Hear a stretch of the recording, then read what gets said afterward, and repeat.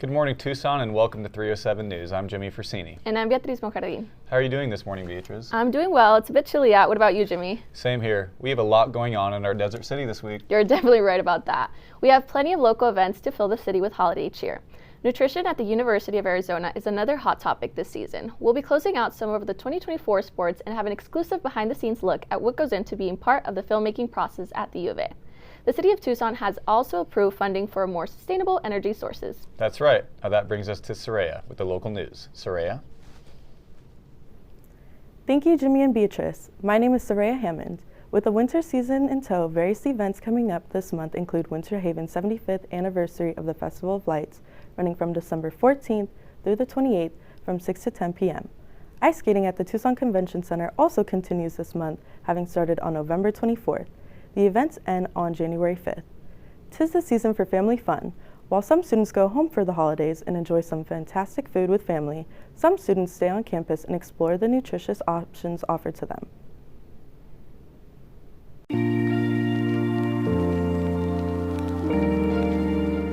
My name's Caitlin. I am a registered dietitian, and my title here is nutrition counselor. So I provide one-on-one nutrition counseling to any undergraduate or graduate student here at the University of Arizona.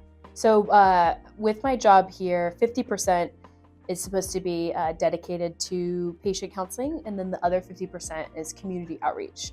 So that's where Cookie on Campus comes into play. So that's our big outreach program that we have. So I advise for Cookie on Campus, which is a student-led organization, and we have our classes located in the Shantz cooking lab. But with those classes, we really try to emphasize student-friendly recipes. So we look at adding in nutrition, but we're also really mindful of it being, affordable, right? Simple recipes, nothing too complex. And when you're looking at kind of U of A overall as a campus, and when we're looking at nutrition specifically, right, we have a lovely student unions, right, where there are, I think the number is what? At least 30 to 40 on-campus dining locations. And within the student unions, there is actually a registered dietitian who's the director of dining there, who oversees all food production. So I think with that, right, we've given a couple options of here at Campus Health, we have some rules in place to help students with nutrition, and then also from a campus perspective. This can see us for a lot of different concerns. So it can be just general nutrition, right, learning basics of nutrition. It can be exercise nutrition and learning how you can kind of fuel yourself in a way that helps with sports performance. But we really help a lot of folks with disordered eating or eating disorders on a college campus. That's a really prevalent topic here. We also help a lot with medical conditions and how nutrition can help or alleviate some of the side effects of those medical conditions. Nutrition is such an integral part of health. From a pragmatic university side standpoint, I think that it's one of the ways that students stay in a better functioning order for longer if they're able to meet their nutritional needs. They're able to study for longer, they're able to perform better on tests.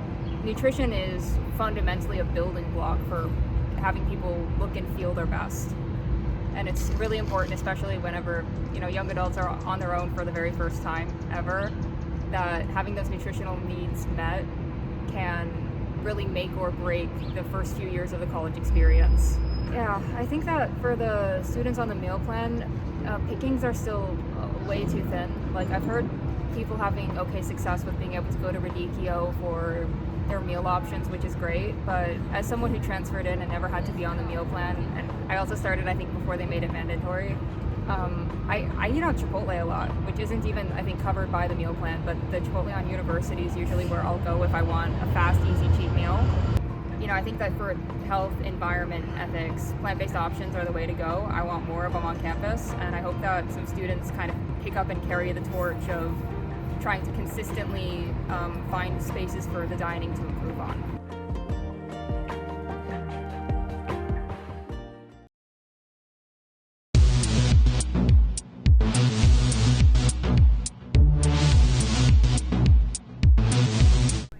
While the University of Arizona's fall semester is coming to an end, Wildcat Sports continues with exciting matchups across the board. I'm Haziel Richardson. And I'm Grace Abbott. We had an upsetting loss against ASU in our last football game of the season with a 49-7 score, but we kept our heads held high.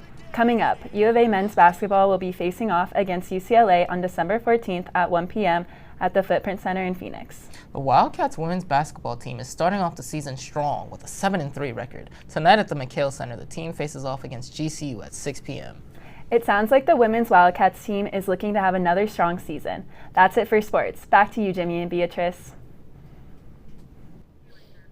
Thank you, Hazel and Grace, for the update on our sports. What a tough way to end the season for football. Good luck to our basketball programs heading into their seasons. Even though they don't look like they need much luck, let's look at what our other Wildcats are up to.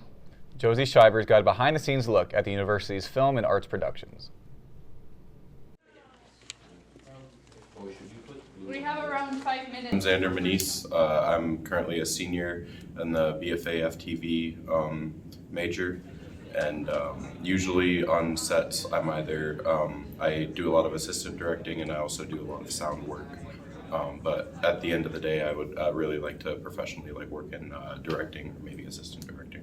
I think film is it's important storytelling because it's a visual medium above all else, and it can communicate things that are more complex than just a single sound or a single image. And so the combination of both of those can be very powerful in storytelling. And the other thing about film is that anybody can find something different in any film, and take something away from that and find some appreciation in that. And it's completely subjective on each individual scale. So that's the beautiful thing about film. It can take anywhere from a month or so. It depends on how complicated the short film is, or any film is. Last semester we did 2 months of prep for our 6-minute film. And then this semester, the entire semester is dedicated to it. So I've been going for 4 months now straight, just preparing for my 8-minute one. I think it's so important because there's so many different genres and ways to tell a story, and anybody can make a film, even if it's not Hollywood cinema. So I think it's a really accessible form of storytelling that is widely used by a lot of people. I really like controlling the camera, not necessarily making the shot list and being in charge of how it all turns out, but I do like holding and moving the camera around. I really like lighting. Lighting is going to be a big part of my senior thesis film, where colors have a very specific meaning. And overall, in directing aspects of things, I really like messing with dialogue and performance, because I feel lines can make or break how a person felt about the scene.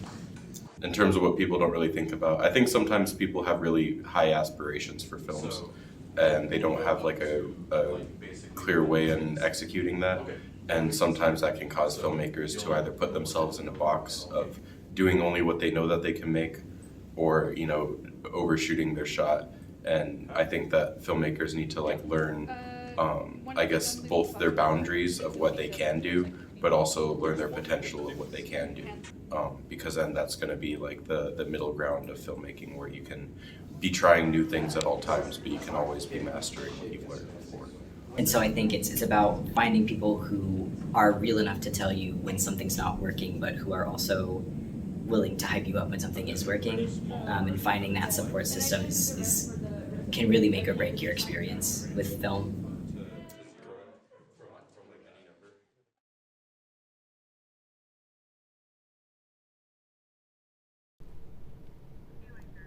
Wow, who knew so much work was put into this senior theses? I know, right? Go out there and break a leg, Wildcats. Outside the university in Tucson, the city has its own wins. The city's Housing and Community Development approved funding for solar panels to be installed in 15 public housing residences. They plan to finish in 2025. Sierra Blazers brings us more.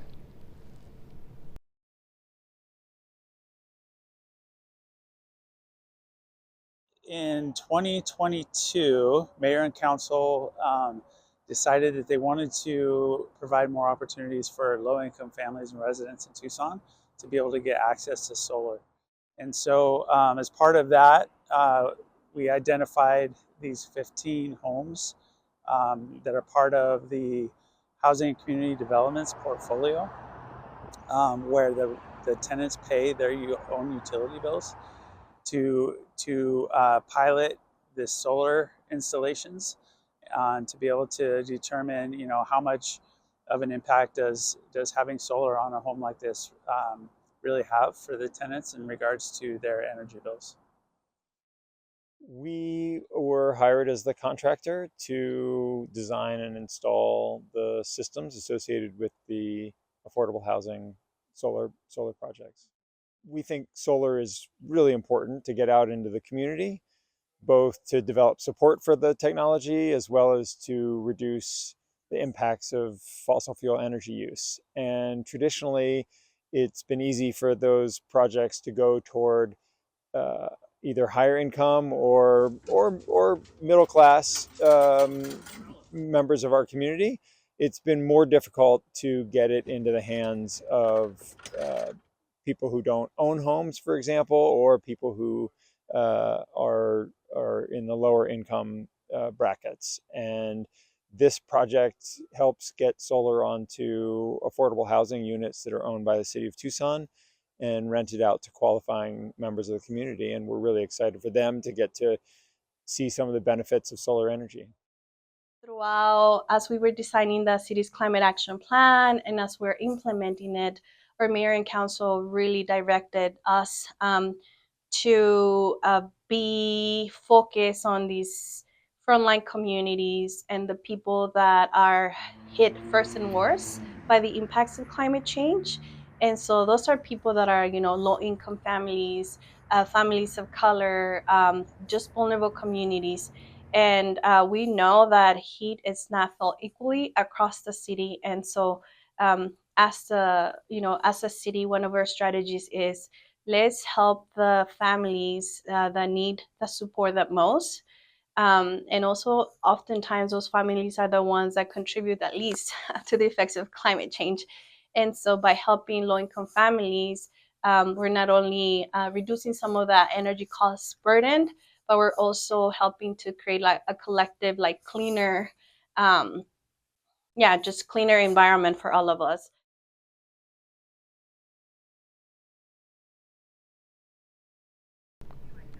As the winter sun sets on another chilly day, we thank you for tuning in. I'm Beatriz Monjardin. And I'm Jimmy Frusini. Stay warm, stay safe, and we'll see you next time with more updates. We're 307 News, Bear Down, Arizona. Multimedia.